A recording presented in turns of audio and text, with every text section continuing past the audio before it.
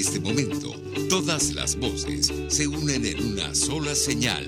RCR presenta Conexión 750 con María Alejandra Trujillo.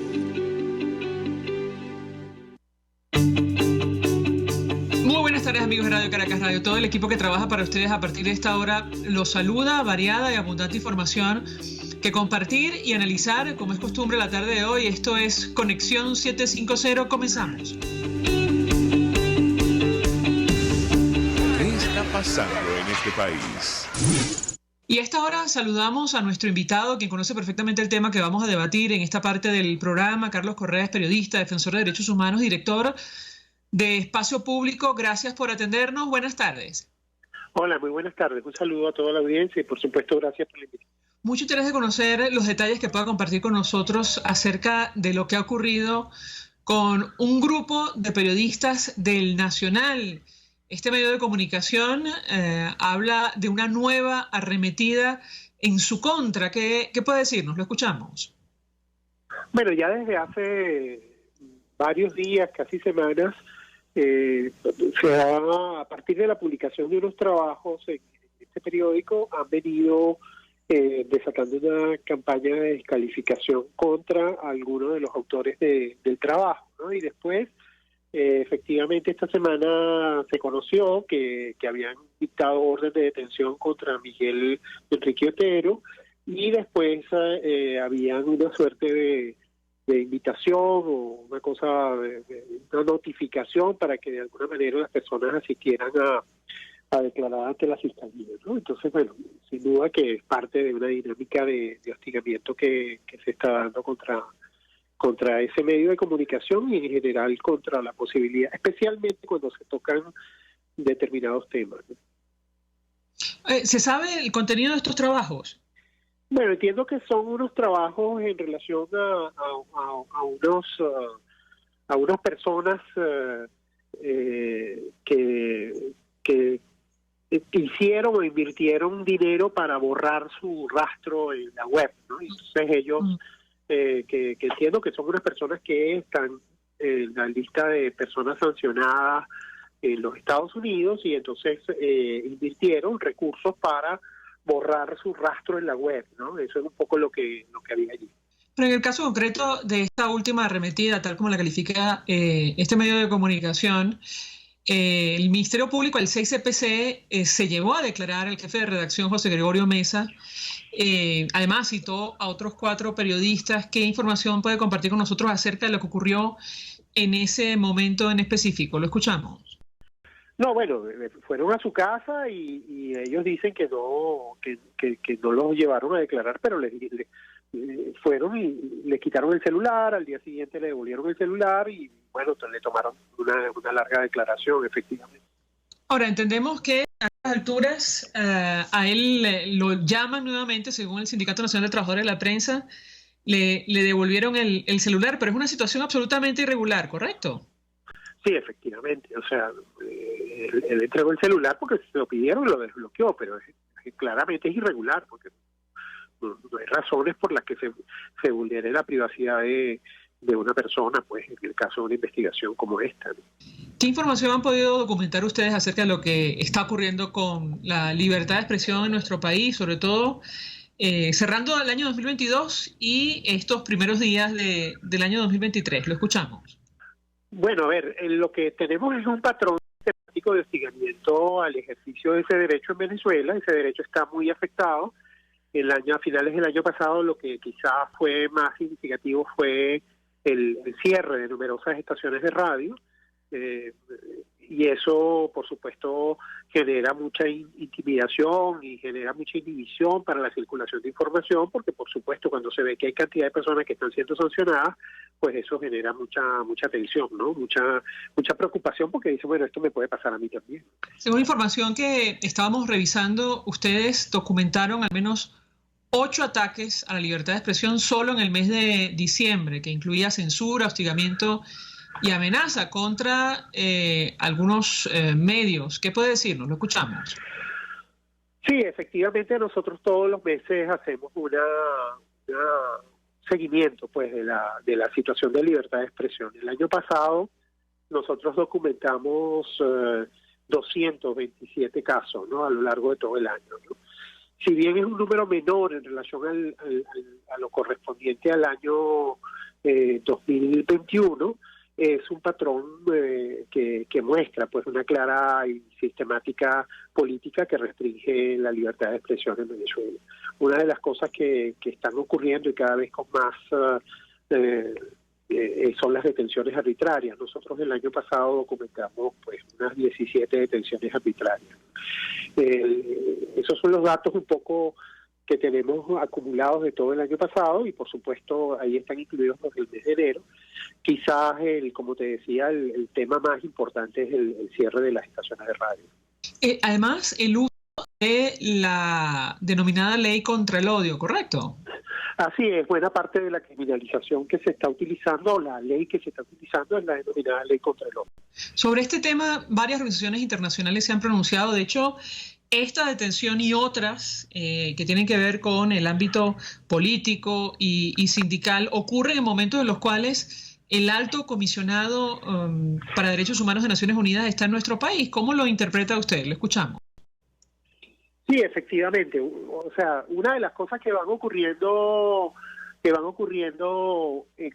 con cada vez que hay una visita del alto comisionado es que se producen distintos tipos de alteraciones, o sea, tanto de detenciones o situaciones como esta. En el caso de la visita del alto comisionado, bueno, tenemos el anuncio esta misma semana y la aprobación de una ley que restringiría el trabajo de las organizaciones no gubernamentales y que de alguna manera afectaría el derecho a la asociación y que afectaría no solo el trabajo de las organizaciones de derechos humanos, sino numerosas organizaciones en el conjunto del país. Y además se producen también detenciones o situaciones como esta. Uno no puede decir que hay una relación causa-efecto en relación al caso de José Gregorio o otros casos, pero ciertamente cada vez que hay una visita de un alto comisionado se producen graves afectaciones a los derechos en Venezuela, y entonces uno dice, bueno, ¿de qué se trata esto?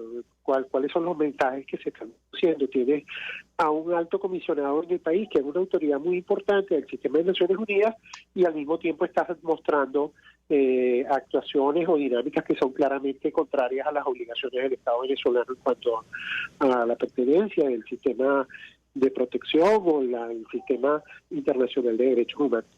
Bueno, saco a colación el tema del alto comisionado porque en el último informe de Michelle Bachelet, bueno, prácticamente en todos los documentos que presentó sobre Venezuela hacía referencia a lo que estaba ocurriendo en materia de libertad de expresión y señalaba justamente este mecanismo o esta ley contra el odio. Yo le preguntaría, ¿ha ocurrido algo después de las denuncias que hizo la propia Michelle Bachelet? Y por otra parte, ¿pudo nuestro invitado reunirse con el alto comisionado que está en el país como representante de una organización no gubernamental? Lo escuchamos.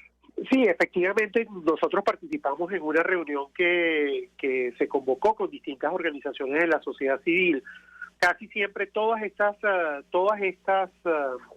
visitas requieren que haya participación de la gente de la sociedad civil venezolana, porque de alguna manera lo que está ocurriendo cuando hay una visita de este tipo, usualmente se reúnen con víctimas, se reúnen con autoridades.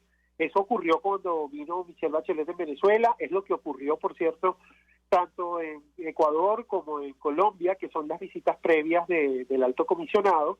Es decir, esta es una gira que empezó en Ecuador, continuó en Colombia y siguió acá. Acá hay muchísimas más restricciones en relación a la agenda del alto comisionado. La visita concluye mañana concluye con una rueda de prensa. Y bueno, ahí en el caso, por ejemplo, de Colombia, se aprobó la instalación de una oficina por más de 10 años, es decir, 10 años, ya esa oficina está funcionando. En Venezuela no hay oficina, lo que hay es una suerte de representación que se renueva año a año, mientras que en Colombia es una oficina que tiene un estatus mayor, le permite realizar un trabajo con muchísima más profundidad y mucha más escala, mientras que en Venezuela ese mandato se renueva año a año. La visita del alto comisionado es una posibilidad para que las víctimas se acerquen a una instancia de Naciones Unidas, que es muy importante, pero también es la posibilidad de que efectivamente el Estado venezolano muestre si efectivamente tiene un compromiso genuino en cumplir esas obligaciones. Uno de los temas que hay que hablar siempre son la necesidad de que el Estado venezolano cumpla las obligaciones que ha adquirido o que le señalan algunas instancias convencionales del sistema de protección, es decir, resoluciones que no se han cumplido, o el gobierno venezolano cuando se hacen los exámenes periódicos se compromete a desarrollar determinadas políticas y después no las cumple. Entonces hay como una contradicción entre pretender que la oficina del alto comisionado esté en Venezuela o que haya una representación y ese por la vía de los hechos en otras ocasiones no se cumple plenamente las obligaciones o las demandas que tienen las distintas instancias de Naciones Unidas. Simplemente nos invito, tenemos que hacer una pausa por policial. Al regreso quisiera retomar la inquietud sobre los avances o no en materia de libertad de expresión que, reflejaban los informes de Michelle Bachelet, la anterior alta comisionada para derechos humanos de la ONU. Eso en primer lugar. Y en segundo lugar, ¿qué expectativa tiene nuestro invitado con el nuevo alto comisionado luego de haber tenido un contacto con él? Al regreso le doy la palabra para contestar. Ya venimos. Usted está viendo Conexión 750 con María Alejandra Trujillo. Solo por RCR 750, porque lo bueno une. Seguirnos en nuestras redes sociales. En Twitter, @RCR750. La radio que se ve. Mensaje del ingeniero José Peraza, tesorero del FONPRES CIB. Estimado colega ingeniero arquitecto y profesional afín, el Colegio de Ingenieros de Venezuela y el Fondo de Previsión Social, preocupado por la salud de tu familia, ha diseñado un sistema de salud integral que coloca a tu disposición y que contiene asistencia primaria de salud, ambulancia, hospitalización, cirugía, oftalmología, dermatología, fisioterapia, psicología, odontología, farmacia y funerario. Para mayor información, visítanos a nuestros portales cib.net.be, fonprescib.net.be, Colegio de Ingenieros de Venezuela, construyendo futuro. En Global Therapy seguimos comprometidos con tu rehabilitación física, te ayudamos a recuperarte de tu posoperatorio y en el alivio del dolor. Búscanos en el Centro Comercial Multiplaza Paraíso Nivel Empresarial 2 a través de Twitter e Instagram o llámanos al 0412-256-1104. Y no olvides lavarte las manos con agua y jabón y cumplir con el distanciamiento social. Global Therapy y despídete del dolor. Un espacio que analiza y debate la coyuntura política, económica y social de nuestro país. Acompañe cada mañana a la periodista María Alejandra Trujillo en Palabras más, palabras más, palabras menos. Palabras más, palabras menos. Informes, entrevistas, análisis y discusiones sobre los temas de actualidad. Es lo que más te puedo dar, es lo de siempre. Palabras más, palabras menos. De lunes a viernes, de 7 a 8 de la mañana, por RCR 750 AM. Palabras más, palabras más, palabras menos. RCR 750 AM. Porque lo bueno une. El poder de la comunicación en tus manos. Conexión 750 con María Alejandra Trujillo. Solo por RCR 750. La radio que se ve.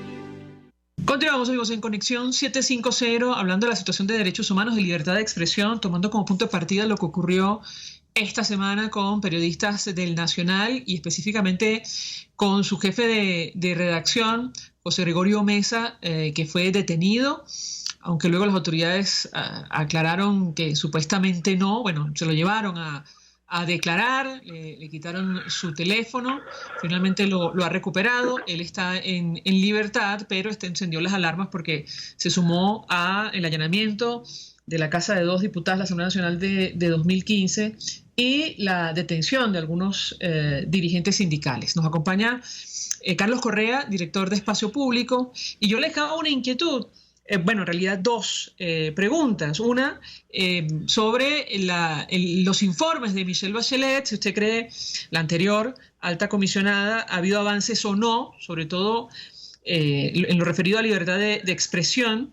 Y por otra parte, ¿qué expectativa tiene en lo personal sobre el señor Volker, el nuevo alto comisionado de Naciones Unidas, Volker Turk? Lo escuchamos. Bueno, mira, Volker Turk es un funcionario con una larga experiencia en Naciones Unidas. Yo creo que tiene un desafío importante no solo en Venezuela, sino a nivel global, y uno aspira que cada alto comisionado le imprime, pues le da una impronta a la gestión, y nosotros esperamos que esa gestión sea útil, sobre todo para las víctimas en el país, ¿no? Esta es la primera visita, vamos a ver cuál es el resultado, o al menos de qué nos informan mañana, sobre todo cuando cierre la visita oficial desde el país, ¿no? Entonces, la verdad es una persona con mucha experiencia, es una persona que tiene una sensibilidad sobre el tema de derechos humanos, pero bueno, hay que ver ahora cuál es el desempeño, de alguna manera, los desafíos que tiene el país, ¿no? Le pregunto a Carlos Correa sobre las observaciones de Michelle Bachelet, la anterior alta comisionada sobre libertad de expresión. ¿Ha habido avances, retrocesos que puede compartir con nosotros? Lo escuchamos. No, digamos, en los últimos tiempos lo que hemos tenido son retrocesos, ¿no? Claramente retrocesos, no ha habido avances. Creo que la actuación del sistema de Naciones Unidas viene a suplir de alguna manera la actitud de Venezuela frente al sistema interamericano. Recuerden que Venezuela se salió del sistema interamericano, se salió de la Organización de Estados Americanos, y además niega la competencia de la Comisión y de la Corte. Entonces, bueno, el sistema de Naciones Unidas está actuando, ha empezado a actuar ahí de manera un poco más intensa para tratar de suplir esa deficiencia que de alguna manera implica que los venezolanos no tengan protección internacional en el ámbito interamericano. En líneas generales, lo que hemos tenido durante el último tiempo es una continua regresión de las garantías de este derecho. Ahora, le pregunto a nuestro invitado, él mencionaba en el corte anterior el tema de la ley para el financiamiento y funcionamiento de las ONG. ¿Les preocupa a ustedes en espacio público, sobre todo, no más allá del documento que se presentó y fue aprobado en primera discusión en la Asamblea Nacional bajo control oficialista, por las declaraciones que han dado los voceros del PSUV, o no? ¿Qué puede decirnos? Por supuesto que nos preocupa, o sea, en líneas generales siempre tenemos que estar a la defensiva, tanto de las declaraciones que se hacen en el sistema venezolano de televisión, en los medios públicos. Ahí hay descalificaciones permanentes, ¿no?, a las organizaciones de la sociedad civil de diversa naturaleza. Y después, cuando hay una cantidad de limitaciones o restricciones para hacer el trabajo en Venezuela, desde problemas con el registro. Si las obligaciones, la sociedad civil venezolana cumple con todos los requisitos para operar en Venezuela, tener registro, cumplir con las obligaciones de diversa naturaleza, las oficinas, las dependencias, es decir, tenemos todas las obligaciones igual que cualquier otra empresa. Entonces ahora se le quieren agregar otras adicionales, pero básicamente hay el propósito de que efectivamente estas organizaciones dejen de hacer su trabajo, es decir, que las organizaciones y además no solo afecta a las organizaciones de derechos humanos. Entonces, cuando tú tienes una lógica en la que se hace una descalificación pública en un canal, a la semana siguiente se presenta una propuesta de ley que por otro lado no se ha divulgado públicamente, no se conoce públicamente, y se anuncia que ya va a haber un proceso de consulta, bueno, básicamente lo que se quiere es ahogar o silenciar las voces de amplios sectores en el país, y nos preocupa porque bueno, de concretarse tendría un impacto muy fuerte, ¿no? Muy fuerte para la sociedad venezolana, que tendría menos recursos para apoyarse mutuamente, menos recursos para expresarse mutuamente. Hemos conversado con otros defensores de derechos humanos y temen que se repite el escenario de Nicaragua. ¿Usted opina lo mismo? Bueno, el escenario de Nicaragua es que se anularon todas las organizaciones. Ese es un riesgo que está siempre allí. Hay una tentación en muchísimos gobiernos de la región de tratar de alguna manera eliminar las voces que pueden hacerle crítica o que pueden tratar de realizar algún tipo de apoyo. La situación de Nicaragua es una situación extrema, y estamos de alguna manera alertando y levantando la voz para que eso no se reproduzca, porque sería muy grave y además de eso alejaría las posibilidades de resolver los enormes desafíos que tenemos en el país, es decir, desafíos en el ámbito humanitario, desafíos en el ámbito del desarrollo y de los graves problemas que tenemos en el país. Es decir, eso sería un signo muy negativo y que no va a contribuir a que en Venezuela se puedan resolver algunos de los graves problemas que tenemos.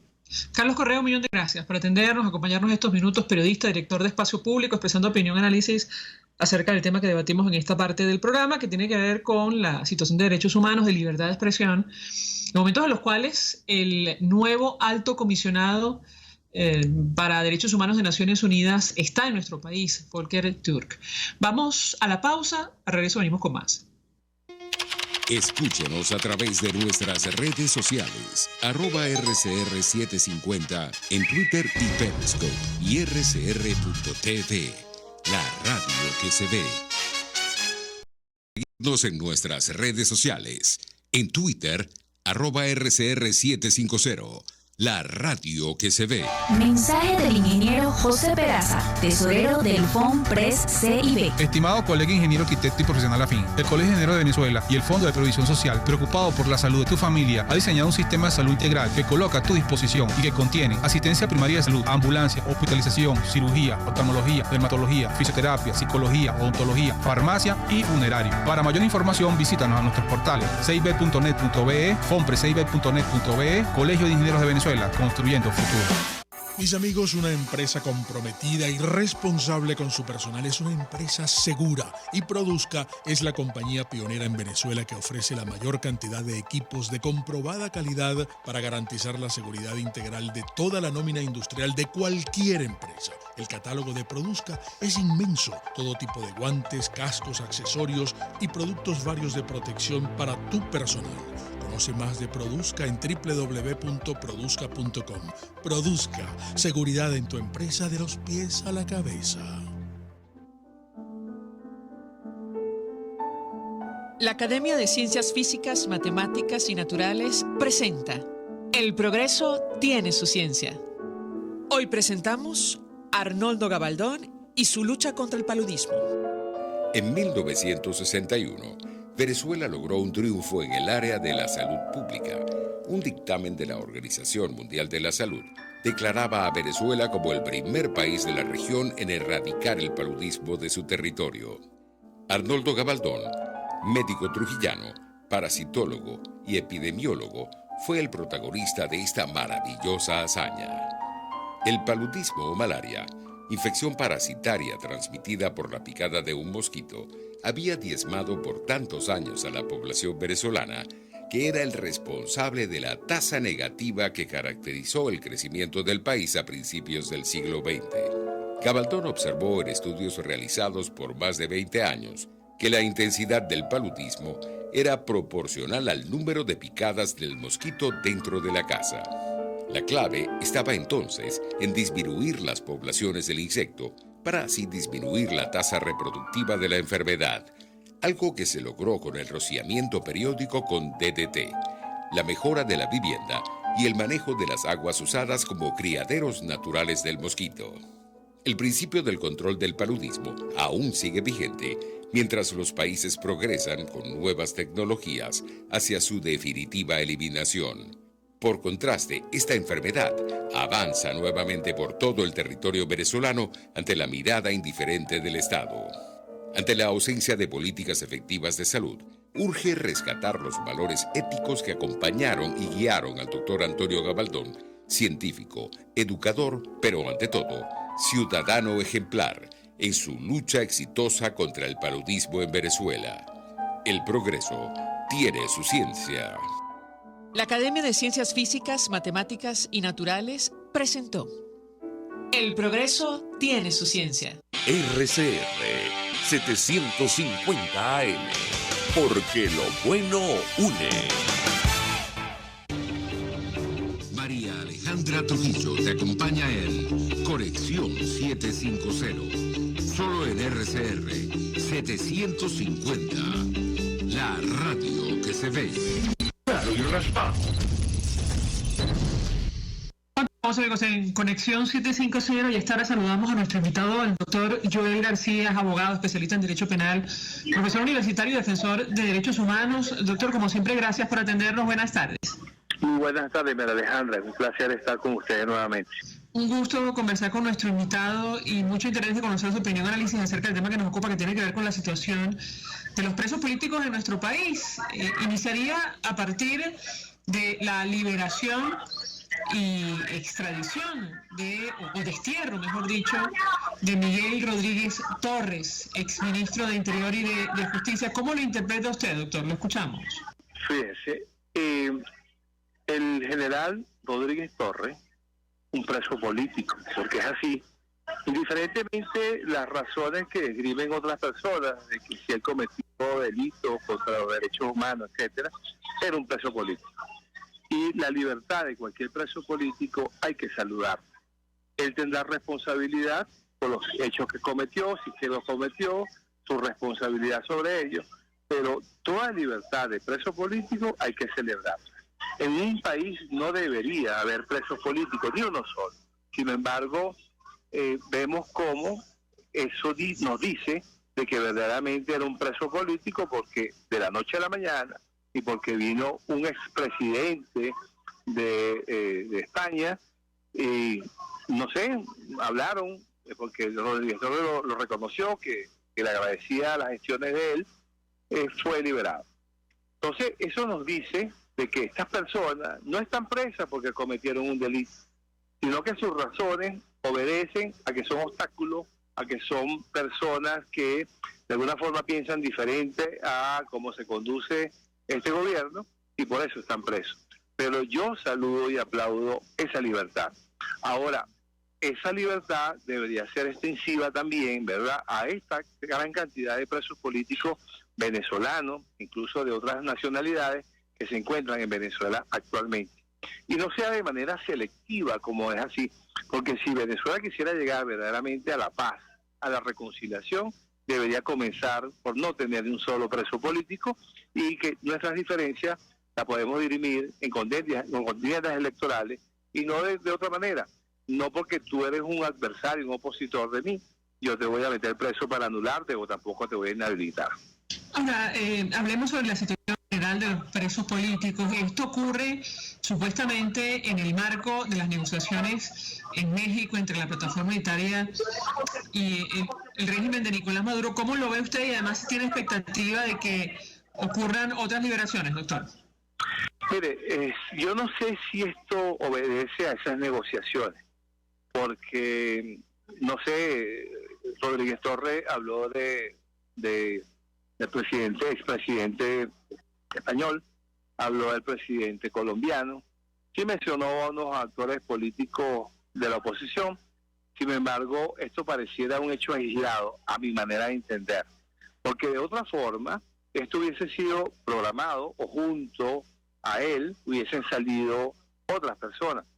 Y por otro lado, vemos los actores del gobierno, del oficialismo, que están condicionando que hasta que no le paguen, que no le den un dinero, etcétera, etcétera, no habrá más meses de negociación. Entonces, esto me dice de que esto no viene por ese lado, sino que esto obedece a otras razones que ya estaban previamente conversadas a lo mejor, pero nada que ver con el producto de estas negociaciones, porque tengo entendido que el gobierno, como lo ha dicho, y Jorge Rodríguez lo ratificó, que hasta que el Estados Unidos no libere una cantidad de dinero, o la ONU, ellos no van a seguir, no se van a sentar en la mesa de diálogo. Doctor, ¿tiene usted expectativa de que ocurran o se materialicen otras liberaciones o no? ¿Qué puede compartir con nosotros? Yo estoy esperanzado. Una de las cosas que me caracteriza es que siempre tengo esperanza de que algo mejor pueda ocurrir. De lo contrario, tendría que resignarme, y yo me niego a resignarme. Entonces, yo espero pues que estos actores políticos que se están reuniendo en México con la asistencia de otras naciones tomen muy en cuenta que es una de las mejores formas de que nosotros pudiéramos llegar a un entendimiento, es dejar la persecución y liberar a esos presos políticos que muchos de ellos tienen años esperando un juicio, esperando que alguien se digna ocuparse de ellos. No todos los presos políticos gozan de ser notorios o que se conozcan, ¿verdad? Y que esas personas que son conocidas o son actores políticos pudieran estar de primero en caso de unas liberaciones. Yo pido por todos los presos políticos, tanto civiles y militares, que sean tomados en cuenta. Yo mantengo la esperanza de que en esas mesas de negociaciones, esa mesa de diálogo, se tomen en cuenta de que es necesario ya liberar esos presos políticos. Hablemos acerca de la situación de algunos de sus defendidos, casos en específico, doctor. Pienso, por ejemplo, en el periodista Roland Carreño, ni hablar del diputado Juan Requesens. ¿Qué puede compartir con nosotros? Lo escuchamos. El caso del periodista Roland Carreño, pudimos tener la semana pasada la apertura por cuarta vez del juicio oral y público. Cuarta vez porque las otras 3 veces anteriores se interrumpió el juicio. La pudimos y estamos convocados nuevamente para el día de mañana a la continuación de ese juicio oral y público. Es un juicio netamente político. ¿Por qué? Porque si fuese jurídico, Roland Carreño no debiera estar preso, porque lo he dicho una y otra vez. Una de las peores acusaciones fiscales que he podido yo ver durante mi trayectoria como profesional del derecho es esa. Esa acusación no tiene ningún asidero para mantener preso a Roland Carreño. Sin embargo, ahí lo tenemos. Espero yo que continuemos nuestro juicio, ¿verdad? Y que el juez, como así va a ser, se va a verificar de que contra Roland Carreño no habrá ni un solo medio de prueba para estimar que él es autor o partícipe de esos 4 delitos que se les acusa. O por otro lado, si lograra ser producto de la negociación, que sea liberado, bueno, bien, gracias y bienvenido sea, y para su familia sería de gran ayuda. Y en el caso del diputado Carlos Requesens, recordemos que él fue condenado en la madrugada del día 5 de agosto del año 2022. Hasta el día de hoy, esa sentencia no ha sido publicada y en consecuencia la defensa de diputado Requesens y así como de los otros 16 coacusados no hemos podido ejercer acción o apelación alguna porque la sentencia no ha sido publicada in extenso todavía. Solamente tenemos los pronunciamientos de esa madrugada en que fue condenado todas las personas, algunos 12 de ellos a 20 a 30 años de prisión, pero no tenemos la sentencia todavía publicada. Si permiten, diputado, tengo que hacer una publicidad. Al regreso quisiera preguntarle acerca de su expectativa este año 2023 en materia de derechos humanos. Hemos conversado con otros defensores en nuestro país y, bueno, existe, digamos, la idea de que el proceso, al menos el proceso que adelanta la Corte Penal Internacional podría arrojar digamos, algunos avances a lo largo de este año 2023. Al regreso de la pausa, si me permite, doctor, le pediría un comentario. Le venimos. Escuchamos Conexión 750, solo por RCR 750, la radio que se ve. Puedes seguirnos en nuestras redes sociales, en Twitter, @RCR750, la radio que se ve. Mensaje del ingeniero José Peraza, tesorero del FONPRES CIB. Estimado colega ingeniero arquitecto y profesional afín, el Colegio Ingeniero de Venezuela y el Fondo de Previsión Social, preocupado por la salud de tu familia, ha diseñado un sistema de salud integral que coloca a tu disposición y que contiene asistencia primaria de salud, ambulancia, hospitalización, cirugía, oftalmología, dermatología, fisioterapia, psicología, odontología, farmacia y funerario. Para mayor información, visítanos a nuestros portales cib.net.be, FONPRESCIB.net.be, Colegio de Ingenieros de Venezuela, construyendo el futuro. Cuando hablamos de Honda, hablamos de Vistasi Motors, el concesionario Honda que pica adelante en precios, condiciones y servicio. Todo el personal de Vistasi Motors, tanto técnico como de atención, está actualizado, capacitado y certificado permanentemente para atender correctamente tu vehículo. www.vistasi-honda.com.ve. Vistasi Motors, tu concesionario Honda en Los Palos Grandes. Hola, soy Blanca Rosa Mármol de León, magistrada emérita del Tribunal Supremo de Justicia, Les invito a sintonizarnos junto a David Peñalver los martes de justicia al mediodía en Buen Provecho. Conéctese con nosotros en @RCR750 y buen provecho. RCR 750 AM, porque lo bueno une. El poder de la comunicación en tus manos. Conexión 750 con María Alejandra Trujillo. Solo por RCR 750. La radio que se ve.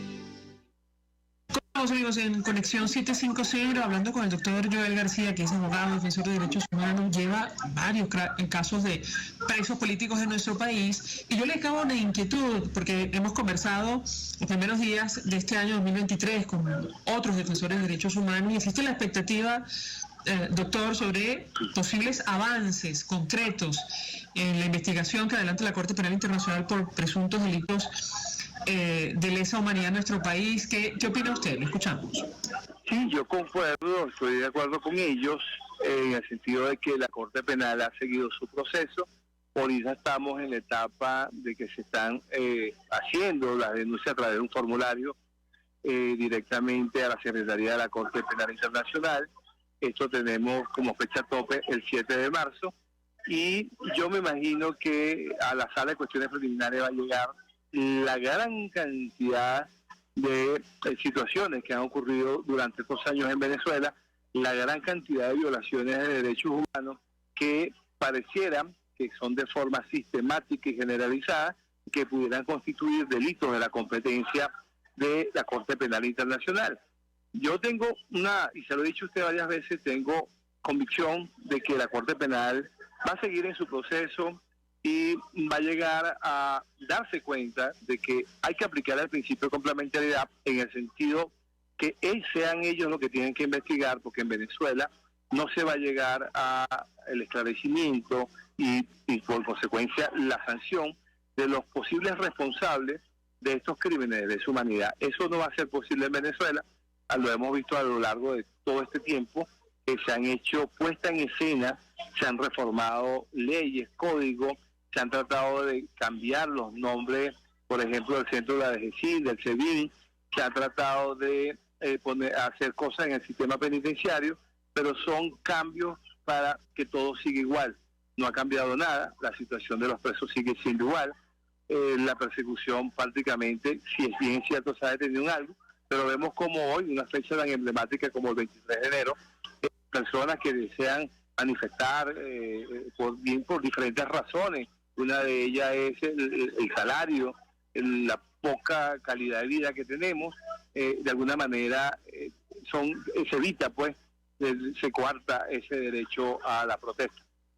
Sin embargo, yo confío plenamente en que la Corte Penal va a llegar a determinar que tiene que investigar y va a investigar, va a enjuiciar y condenar a los responsables de ello. La expectativa en torno a posibles avances, entre otras cosas, de este formulario que puso a disposición la Sala de Asuntos Preliminares a las víctimas de presuntos delitos de lesa humanidad, esta consulta para escuchar sus opiniones, observaciones sobre la reanudación de la investigación en el caso de Venezuela. ¿Qué podría compartir con nosotros en torno a este punto en específico, doctor? Lo escuchamos.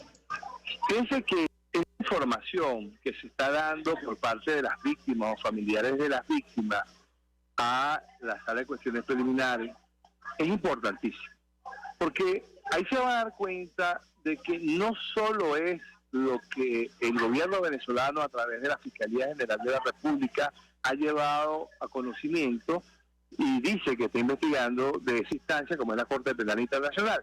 Ahí se va a dar cuenta de que existen muchas personas más que no solamente son esos casos que conoce la Corte Penal Internacional, sino que hay muchos más que por falta de asistencia o falta de orientación en su oportunidad no fueron llevados a cabo, no fueron denunciados a instancias internacionales.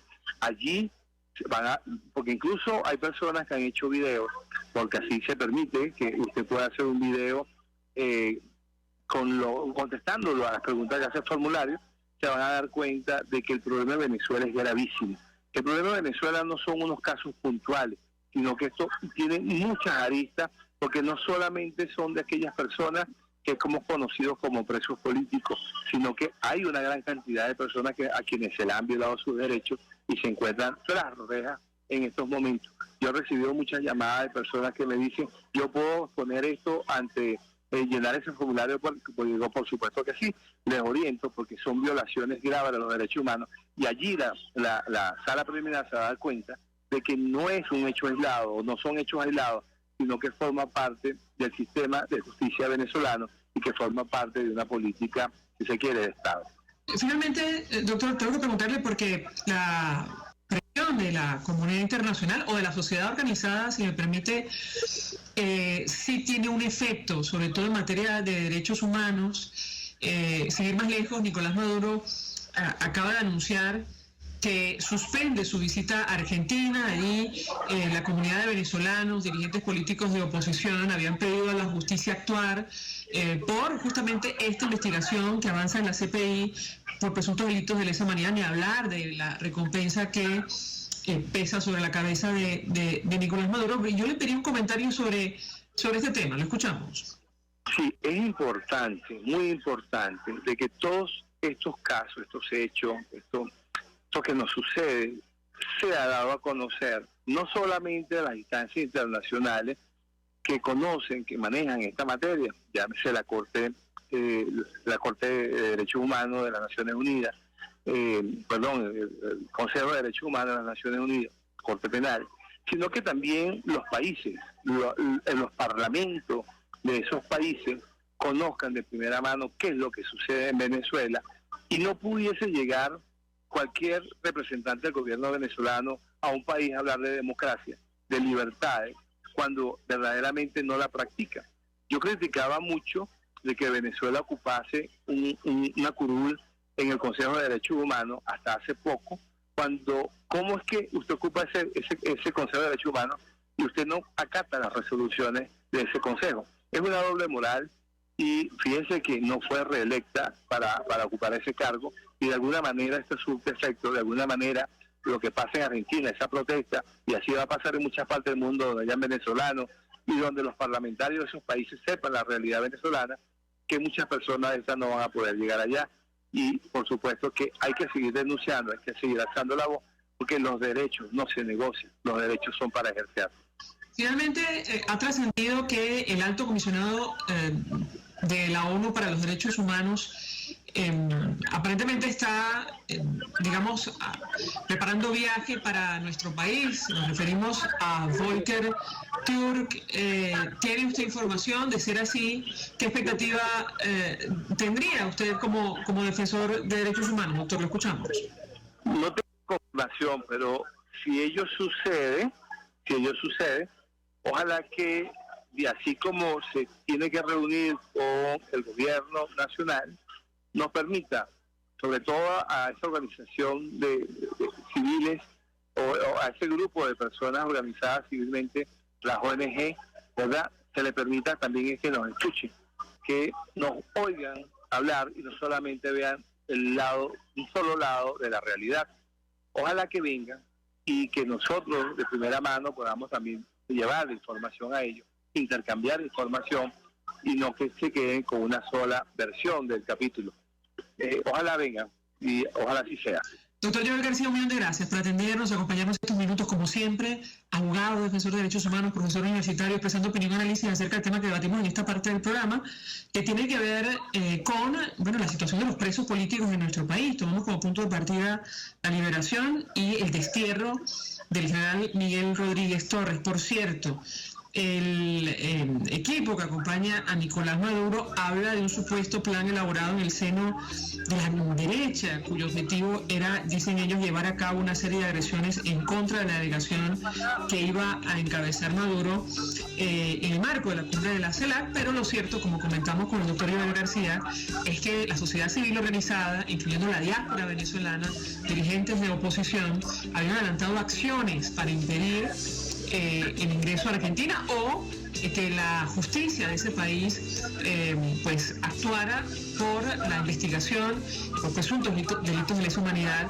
que cursan la Corte Penal Internacional, posiblemente cometidos en nuestro país. Nosotros nos despedimos y lo hacemos a nombre de Jaime Estares en la Dirección General de la Estación, en la Gerencia de Producción Catalina Manzano, en la producción Yer Pacheco, en los controles Gregorio González, quien tuvo el placer de acompañarles, María Alejandra Trujillo.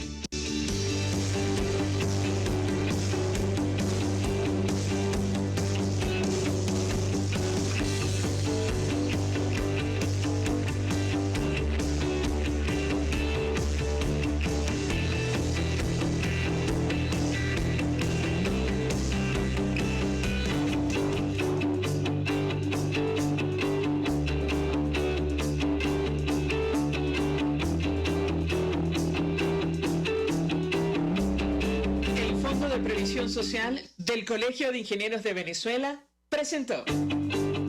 RCR presentó Conexión 750 con María Alejandra Trujillo. Solo por RCR 750, la radio que se ve. RCR 750 AM, porque lo bueno une.